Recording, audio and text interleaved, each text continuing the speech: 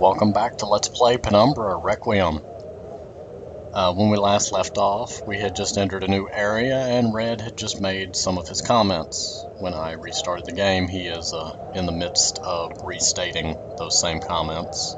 But it's because we are such good friends that I will not break you as I did the boring Anos before. We shall escape this place, you and I. Either that or be locked here forever. Personally, I have little preference. It looks like an elevator. Moves vertically on sliders. It's either an elevator or a random thing that moves vertically on sliders. The fact the battery doesn't run down at all. I guess they just decided not to have batteries as a mechanic in this game. I like to see that they are like trying new things between each game. I think Black Plague really hit a high note, and I see a lot of things from Black Plague that did evolve and develop into the Amnesia games.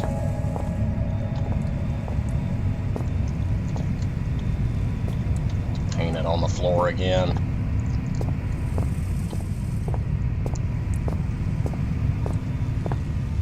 A box. That's always a good sign. Buttons. Another good sign. Box, 2 buttons. Because any logical person would just automatically assume that boxes belong on buttons, and that's totally not just a video game thing.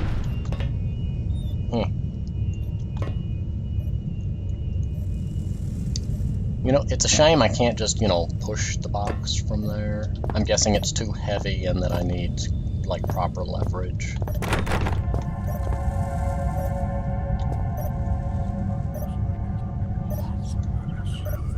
Something behind that door is both beeping and whispering. That is not a good combination for small, enclosed rooms. At least Clarence isn't throwing hallucinations at me left and right anymore. Because that was not helping. That looks like a hatch. I mean, it's clearly not a button. I wonder. Well, it'd help if I got that off. Yes, it's a hatch. Ha ha. Oh, outsmarted by a hole in the ground.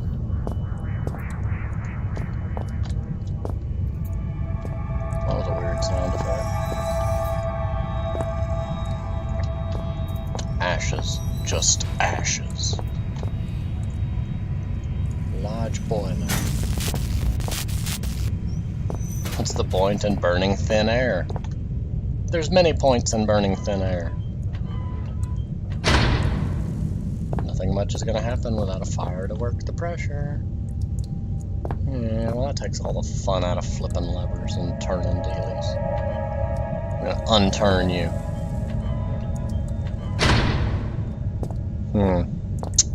We need burnable material.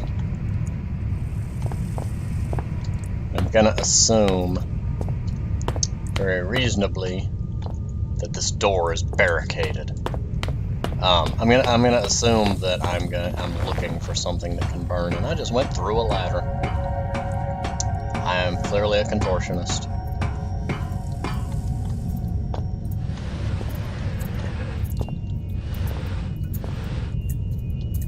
Come on, box. Onto the other box. 2 boxes. When there's 2 boxes in a room, you're clearly meant to stack them.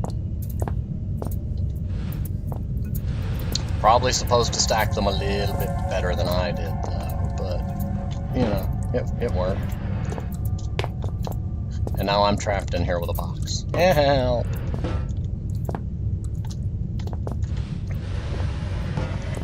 The box takes up so much of my field of vision, though.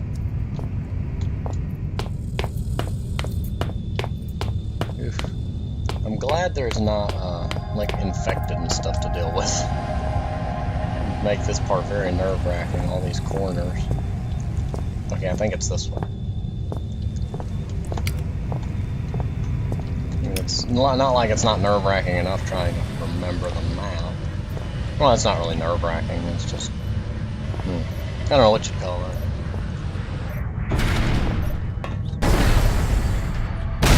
Oh! Stuff's exploding. Stuff's exploding. Almost never a good sign. Oh! And I made that explode. Wood!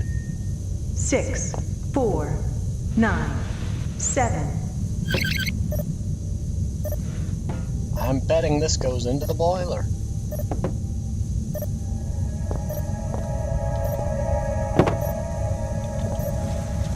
No, and I was gonna bet that this box went on the button, but clearly not. What is this? Oh!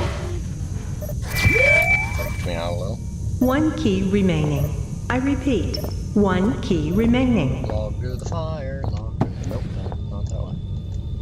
Log to the fire. Where's the fire? No, throw the wood. Throw. Good enough. Philip, you're being stubborn. Throw. Throw. Throwing is not a complicated science. You just left click and then right click and magic happens. If that's how you throw in real life, you might need to see a doctor. Or you may have a robotic arm. Yeah.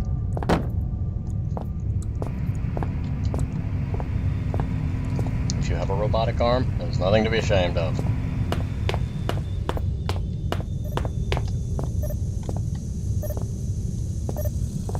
That reminds me, I believe I saw a story on the news last couple months. They 3D printed a prosthetic arm for a young girl that actually had an opening and closing hand based off her elbow position. Like, bending and unbending the arm caused the hand to open and close. I need to quit jumping in there. I just thought that was a very interesting design and good to see progress being made in prosthetic limbs with some dexterity. I know there's also some research being done into tying the... Well, this was also because it was 3D printed much more affordable than the more expensive versions, and could be cheaply reproduced as she, as she grows, so that the family could afford to, keep getting new arms as she gets taller. I know there are more expensive models and ones and research being done into the field of connecting electronic circuits into the nerves to get the prosthetics to work on brain impulses, but I just thought that was really, really interesting. A lot of neat stuff is happening in the 3D printer field. 2 minds are better than 1, they say. Yet my half a mind is better than 2. The mind boggles. Together our 1 and a half minds could rule the world. So what happens if I turn Red these? would most likely settle for a quiet place to take a nap, you understand. But choosing is best kept for beggars. The saying is beggars can't be choosers, not only beggars get to choose. You seem to have it backwards, my friend. I'm just going to turn all the valves on the boiler and hope to high heavens that doesn't make something explode. Because if you find a boiler in real life, opening or closing all of the valves, well, closing all of the valves is a very bad idea, because then the pressure has nowhere to go and something will explode. But messing with the valves, if you don't know what they're doing, is generally a bad plan.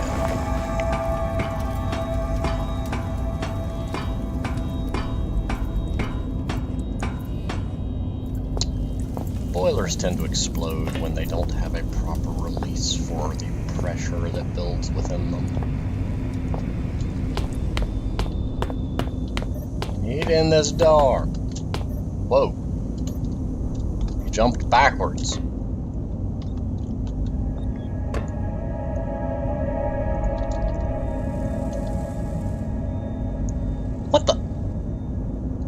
When did I pick up flares?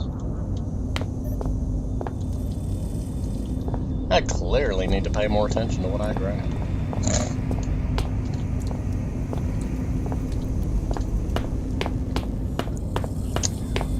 Interesting note, that's one item that there is a fair number of remarks about from players, in that for all of their, for all the neatness of flares, since you have a glow stick, the players find themselves not very often using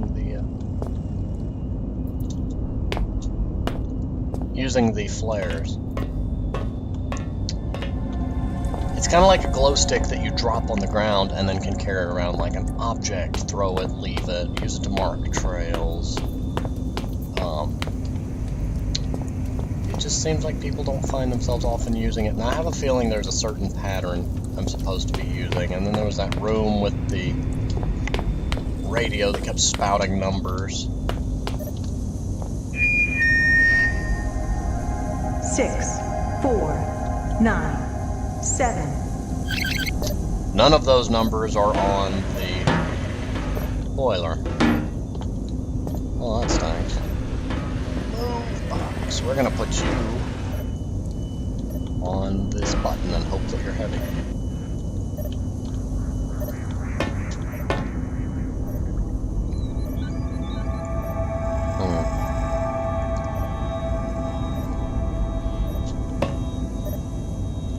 No, that's not gonna work.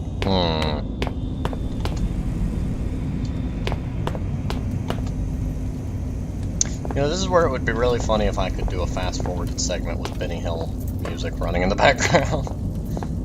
Because when I get lost, it'd be amusing for somebody.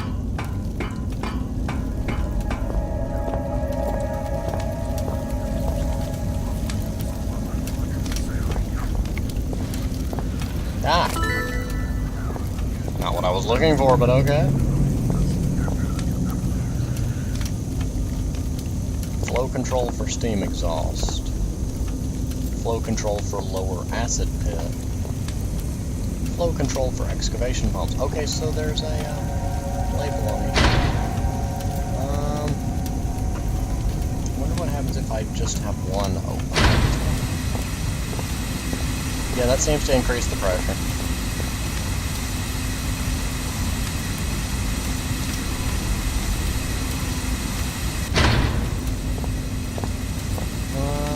Acid pit. Let's see what happens when all the pressure goes through there. Either nothing will happen, or I'm going to flood the place with boiling acid. Just marginally worse than regular acid. Guess it burns either way. Okay, box, you're getting in my way now. Move. Move, box.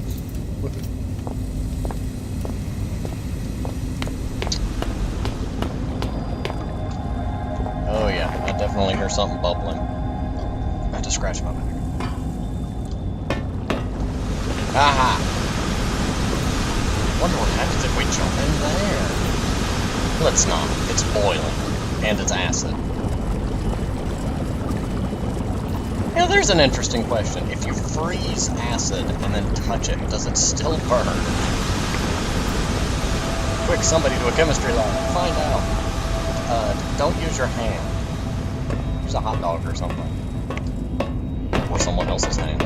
Don't use someone else's hand. That's bad advice.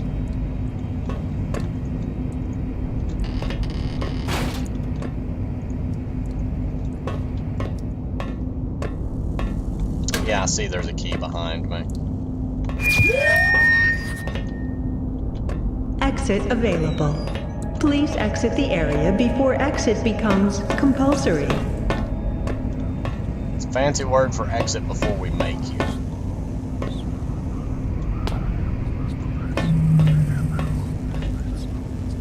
I don't remember the numbers.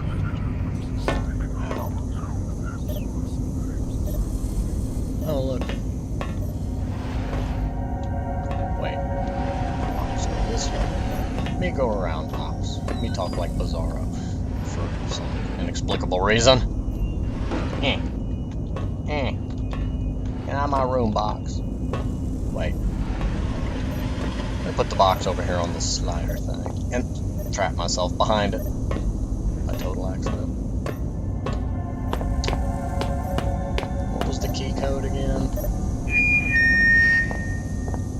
6, 4, 9, 7. 6497. 6497. 6497. 6497. That's what the box is for. I got the box stuck.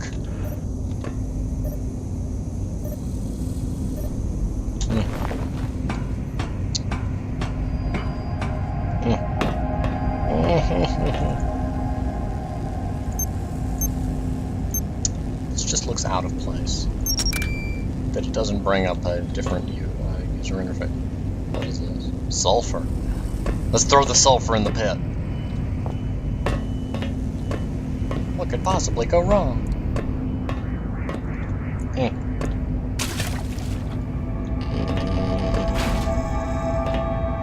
I'm sure that didn't do anything better.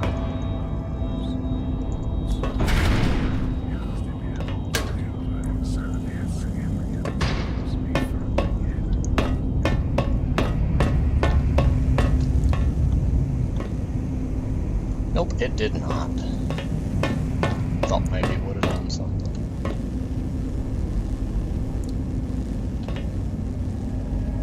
Upper acid pit, reactional boiling experiment, 3x work. Why are you using acid-powered elevators? Steam exhaust. Yeah, I mean, like, honestly, there has got to be some smarter things you could be using for elevators that don't require liquids that melt flesh.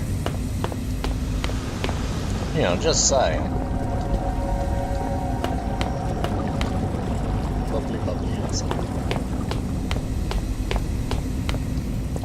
I guess, you know, it's kind of like Aperture. They're not really worried about user safety.